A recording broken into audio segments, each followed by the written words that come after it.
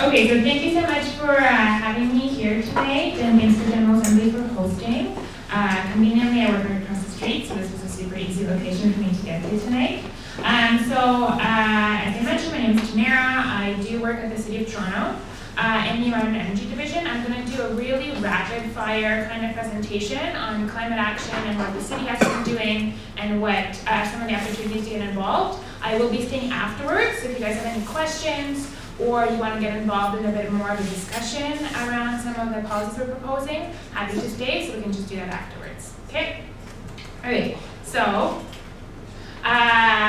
everyone knows what climate change kind of looks like in Toronto, so we've kind of been experiencing some of the extreme weather already. We know some of the countries are affected even more than us, but even here, you know, we're experiencing floods and some of the ice storms, etc. So we know why we need to work together to address this issue. Our research has showed that, unsurprisingly, extreme weather will get even more extreme leading to 2050 in the next 35 years. So we're going to be seeing even more intense droughts locally, more flooding, less rain in general, but when the rain comes, it will come all at once and overwhelm our system. So we've seen how that happens already. And hotter days will be hotter. Toronto is actually one of the first cities that set greenhouse gas reduction targets back in 2007, so quite a while ago. So our targets align with some of the other large municipalities, but in general, based on 1990 levels, which is where a lot of different cities have started to kind of count and measure their greenhouse gas emissions, our targets are to reduce them by 30% by 2020, which we are kind of, as you can see, already reached. By 65% by 2030, and now we have a new target of reducing our overall emissions in Toronto by net zero before or right around 2050. So as you can see, a pretty steep line down for us to get there. Some good news, because of some of the work that the city as well as the provincial government with the phase out of the coal plants in the last several years have done, we actually are seeing some significant greenhouse gas emission reduction. So from the 1990 levels, we have actually reduced our emissions in Toronto by 44% already. However, some of the low-hanging fruit, like the shutdown of the coal, some beginning of electrification of transportation has already happened. So there's a lot of big things that still need to happen for us to reach those goals. Where do emissions in Toronto come from? So we do an annual inventory of greenhouse gas emissions.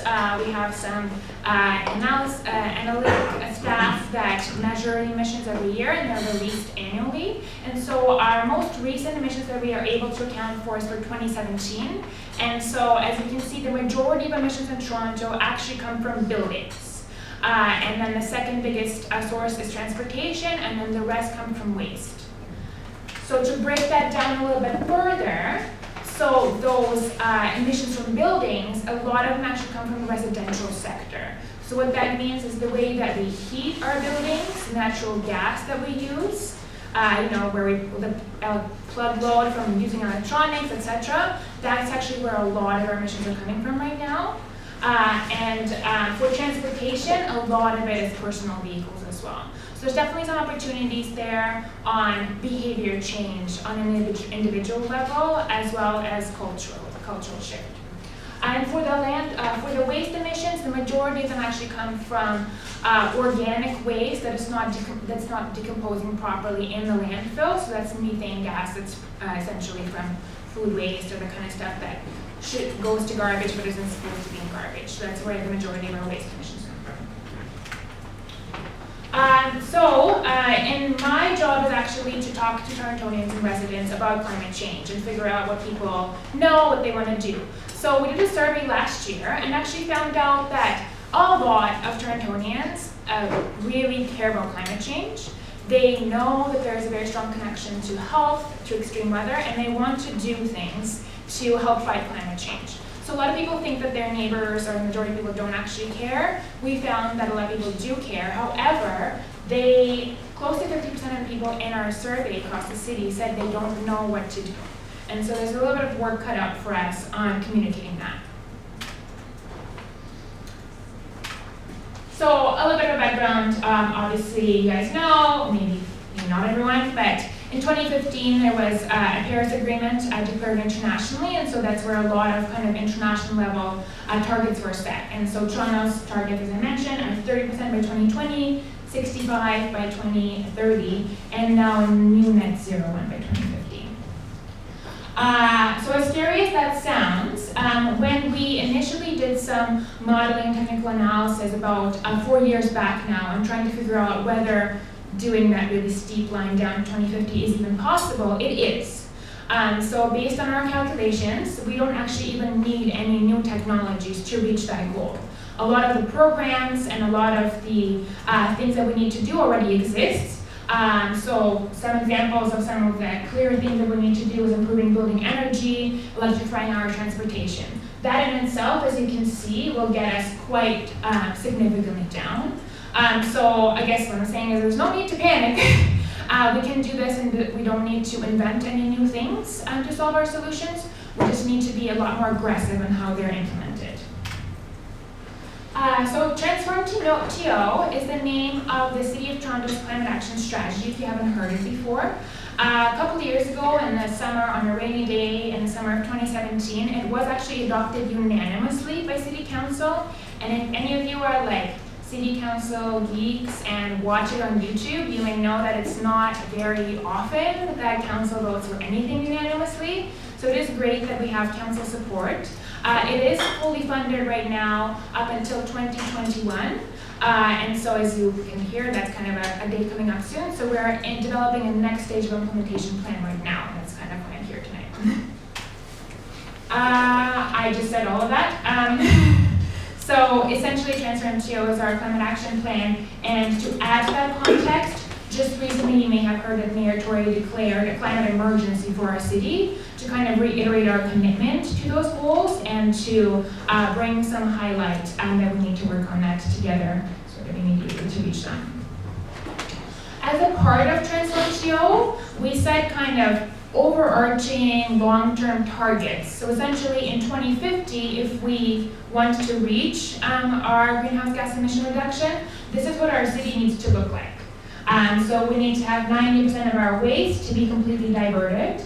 We need to have 100% of our transportation to be low or zero carbon, so we're talking hybrids, electric vehicles. We need 100% of our existing building stock to be retrofitted to be net zero, and all new construction to be zero greenhouse gas emission. And we need 75% of our short trips, so trips to the grocery store or to work or whatever, to be done by active transportation, so cycling or walking. So that's kind of what we're facing, what we need to do together to reach that goal.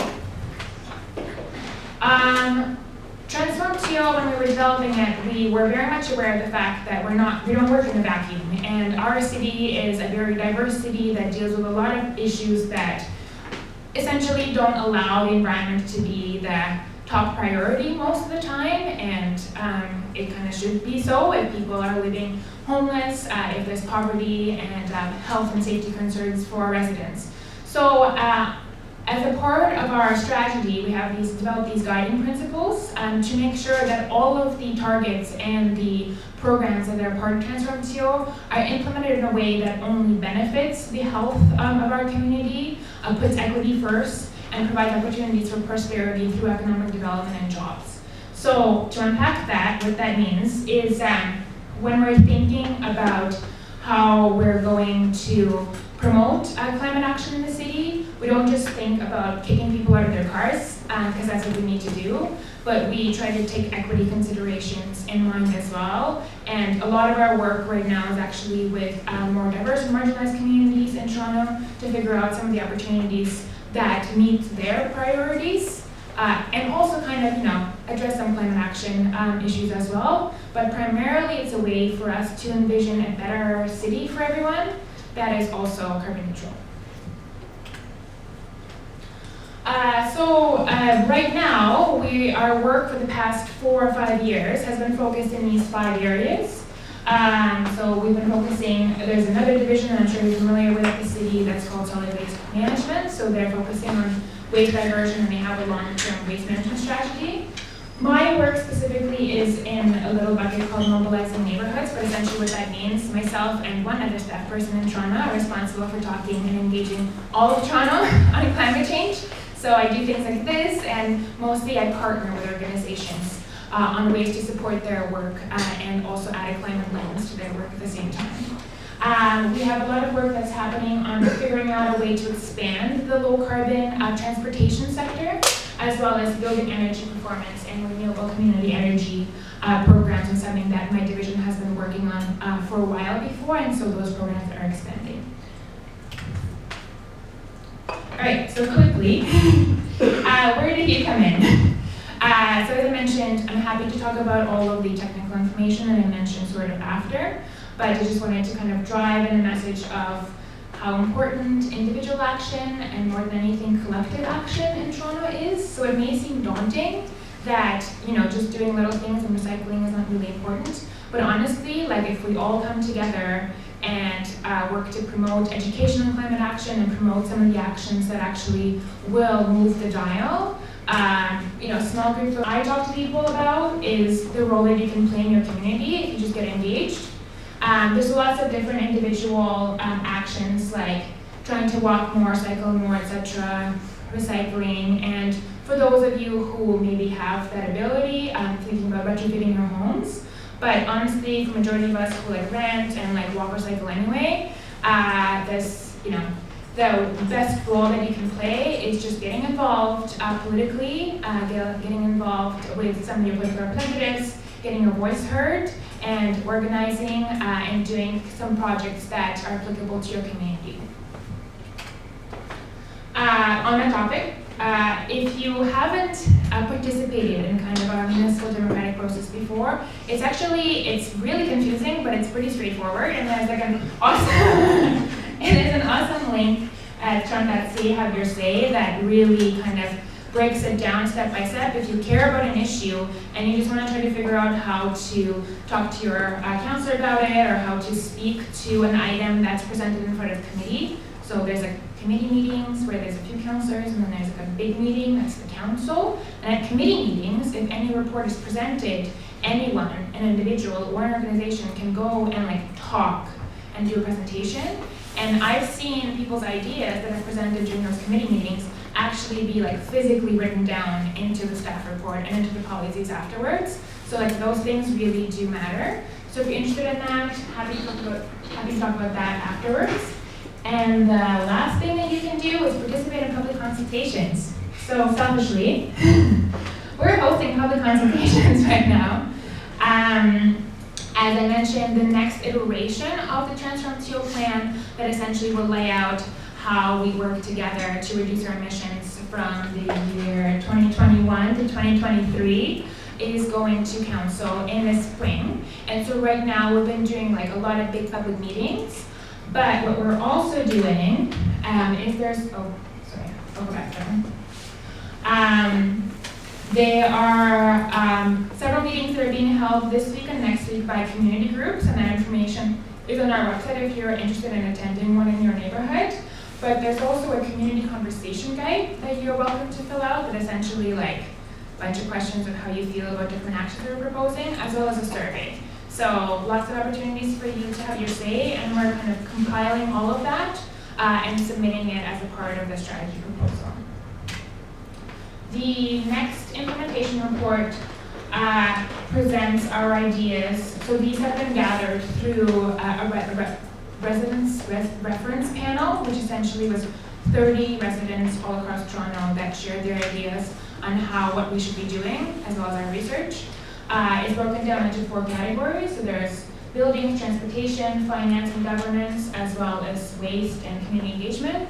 So you can share your ideas on all of them, on just one of them, whatever you want. And we can talk about it afterwards and how you do that. And that's it. I know that was super fast, but I just wanted to be mindful of our time. But again, as I mentioned, I'm going to stay behind, happy to answer any questions. And then if any of you are interested, we may gather a few folks to have kind of a community conversation or discussion on the climate action plan actions that I mentioned. So if you're into that, maybe just find me afterwards and we can sit down and chat for a little bit longer. Sound good? And if you have any questions also and you don't want to talk to me in person, feel free to email me. We have like 10 minutes for questions. Oh, okay, great. Yeah, 10 minutes for questions. All right. One here and then the other one over there. Yeah. My question is, does your strategy include what the city will be doing to also reduce emissions?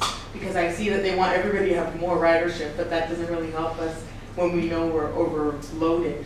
Yeah. During, Yeah, for sure. So, for what we did when we were kind of figuring out what needs to happen to kind of go all the way down to 2050 is we included all of the current plans for the city, and that includes TTC plans, proposals that are from provincial government, transportation, as well as like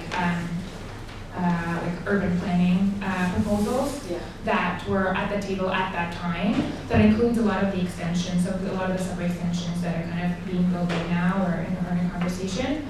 We are aware of the fact that despite all of that, there still needs to be a lot of work that needs to happen. So, there's stuff happening. Because it's like a work together thing. Yeah, no, exactly. You can't expect people to like, Yeah. and by no means that's what we're saying. That's kind of what I meant when I said like, there's a list of things that you guys can do, but really just get involved. Yeah. And I can't promote like lobbying and activism, but getting involved in those ways is like really kind of the best way to make sure that we all live together, right? There's a question there. So one of your slides had 75% active mobility. If we could reduce that down to, I think, what, 0, you said? Or what? No, so, sorry, I can rewind. My point being, in Ward 10, which we're in right now, it's the fastest growing ward in all of Toronto. So we're growing vertically, and there's a lot of people coming. Buildings are part of that. But if you're thinking about biking or walking to even the grocery store, there's more grocery stores coming. There's the Well at Spadina and Front, and it's going to have a huge indoor retail area. There's Loblaws coming at the bottom of Bathurst and Lakeshore. There's going to, with all of the population and the needs of the growth of the people, there's going to be more and more trucks coming all the time to deliver product and fresh fruit and market goods. So is there any data? I can't quite correlate. We can walk to the store, but there's going to be more trucks coming to supply needs. Yeah, and even if you think of internet providers, they even work on Sundays for the people that are moving into new locations. Goods movement, or what's called like the freight industry, so all of the trucks that we're mentioning, is like a part of like a really big piece of that transportation strategy that we're working on together. It's more in kind of like, there's a lot more stuff that needs to happen policy-wise around that, because goods movement right now is not regulated very well. But there are some cities that are showing leadership on that. There's some opportunities to implement freight trucks to only be allowed in an area over a certain time, maybe during the morning, not during the day, whatever. There's a lot of opportunities for municipal government, particularly the size of Toronto, to regulate that. So it's something that we are working on. But while we're walking to the place or biking, there's more trucks coming to deliver goods, more goods and more things. Yeah, so for example, in the city of London, trucks or any large vehicles are not allowed in the downtown core. So car-free zones or restricted car mobility during certain times in like the central areas of the city is what some other municipalities have successfully implemented. So it's something that we're looking at as a part of this next strategy as well. Yeah. I suppose you are including GTA, right? When you're saying Toronto. We do work very closely with other municipalities as well as the provincial government, but this strategy is just for the city of Toronto proper. So what used to be, I guess, like Etobicoke, Scarborough, North York, and Toronto Central. So just because we're the municipal government, so we only have jurisdiction over that area. But we do work together with other municipalities around us as well as with the provincial government, obviously. About, getting people to walk more, for the suburbs. With the GTA, people are so used to, stuck with the car. Yeah, there's definitely I don't know how we manage to get them to walk. For biking, it's okay when people know how to bike. Yeah, it's definitely a challenge in some areas that are not like downtown centric, and we do have some partners that work in other communities like Hamilton, Milton, that we like run programs around active transportation in those contexts as well. Yeah. Yeah, just a quick question, like, what efforts does the city have to test like some of these implementation ideas in like smaller pockets, like rather than expecting everyone just to do it at the same time? So we're not expecting everyone to do this all at once. As I mentioned, like the key part of this is making sure that if we implement it, it's in a way that only benefits our communities, health-wise, equity-wise, etc. So we're never going to force people out of cars or force them to walk or anything like that. These are just some of the guiding principles for how we govern the city and some of the proposals that we're putting forward. So are you gonna have like any like minute evaluations of it, just kind of validate that this? Yeah. So I mean, the way that the city generally works is that we would propose an idea for a pilot, like the Bloor Street bike lane pilot, for example, right? So that had several years where it went kind of back and forth in the research phase of figuring out what are the best ways to put that forward. Once it was approved, once they got it to the stage where it was like, okay, everyone's kind of happy with this, they implemented it, but only for short term, right, for about a year. And then they measured during that time and how many cyclists actually were using it, what were some of the issues that came up with the motorists or businesses up in the front. And so then they took the learning from that to then make a decision that yes, it was actually successful, and so they will make it permanent. So that was just a very small example, a very small program, but for anything, big or large, that's normally how that works. So then like for something like this, would it be divided into like smaller programs, smaller pilots? Yes, yes. So we won't put forward a program that like from here on, everyone should only drive an electric vehicle. No. Yes, so the majority of this work will be implemented likely through smaller parts of the proposal. For example, with the electric vehicles work that we're doing, there's a pilot going on right now in the city where they've installed 5 or 6 chargers in a small neighborhood downtown, mind you, where there's a lot of electric vehicles already, and they're seeing how it's being used, who is using it, whatever. And so then if that's proven successful or not, they will, recommend for it to go forward in other areas, or they'll shut it down. Normally, that's just how decisions are made. And if we wanted to like learn more about like exactly what kind of metrics are being measured in those kind of pilots and kind of the processing behind it, like would we just email you after? Yeah, so you would just need to get really minute about what project you're actually following. So for example, if you're interested in electric vehicles or Bloor, bike lanes or whatever it is, you actually need to follow the progress of that policy. And so there's staff at the city who are responsible for every single policy. So you would contact them, and for example, if you support or do not say meeting, and make a deputation, so you kind of have a small presentation in front of council saying like, oh, this is great, I support this, or like, oh, by the way, these are some of the issues that we have. Yeah. Probably 2 more Okay, questions. so just 2 at the back then. You first? Have you done any studies or any sort of information about like specifically what buildings cause some of that residential emissions? I'm thinking personally, could you go to your condo board and say, hey, we're at the top 5 in our neighborhood, what can we do to fix this? Yeah, so a lot of it is very old built single family homes. Okay, Actually. so it's not. We were thinking pre-1950, historical, whatever. There's some, issues with how they was built, with insulation, a lot of energy leakage, etc. There are quite a lot of tall buildings, but they wouldn't necessarily be as much as like new condos and stuff, because I think they've been more considerate of that, but like a tall apartment building with radiators where everyone has to keep their windows open because the rads are on too high in the winter, like that kind of stuff. But quite a lot of the building stock that's like low-hanging fruit is in single residential homes. So if you're renting an apartment in one of those, there's some opportunities for you to talk like to your landlord or whatever on that scale. And there's some really small things like window sealing that everyone can do that will like make an actually significant difference. Answer that last question in the back. Did you have a question? Or? Yeah, I was just curious as to, for that slide, what is the color coding indicating? It is just the branding colors that we used for our branding. Oh. Yeah. So I was like, Are you good? Yeah. Okay, awesome. So again, as I mentioned, I'll stay afterwards. I'm just sitting over there, and then we'll probably, hopefully, maybe do a little bit of a breakout discussion on the implementation plan for next year. Thanks, guys.